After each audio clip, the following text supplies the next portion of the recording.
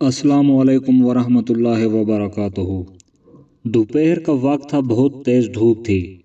एक भिखारी मक्का में चिल्लाने लगा, भूखा हूँ, घर में कुछ नहीं है, बच्चों के लिए कुछ दो। किसी ने तवज्जो ना दी। सामने अबू जहल का घर था। दरवाज़ा खटखटाया। अबू जहल गुस्से में बाहर निकला कि दोपहर के वक्त क्यों आवाज़ दी। फ़कीर ने कहा, तू सरदार कुरैश है, मैं कब से चिल्ला रहा हूँ, यहाँ कोई मेरी नहीं सुन रहा। अबू जहल ने कहा, मेरे पास तो जो रकम थी मैंने ऊँट खरीद लिए, अब देने को कुछ नहीं।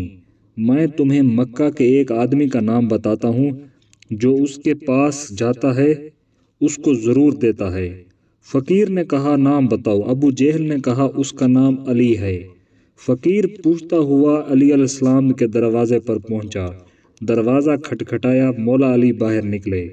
फ़कीर ने कहा, वो जो सरदार कुरैश है उसके घर मांगने गया। उसने कहा, आप अलैहिस्सलाम के पास जाओ।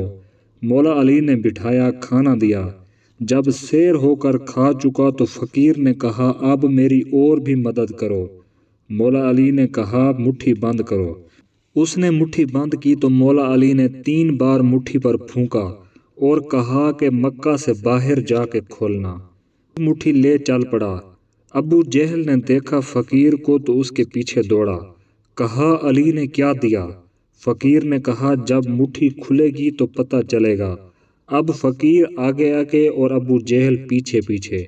मक्का ख़त्म हुआ तो अबू जहल ने कहा कि अब मुट्ठी खोलो, अब तो मक्का ख़त्म हो गया। फ़कीर ने जब मुट्ठी खोली तो हैरान रह गया। 3 बड़े लाल उसकी हथेली में रखे थे। अली अलैहिस्सलाम ने 3 फूंकों से 3 जोहरात बना दिए।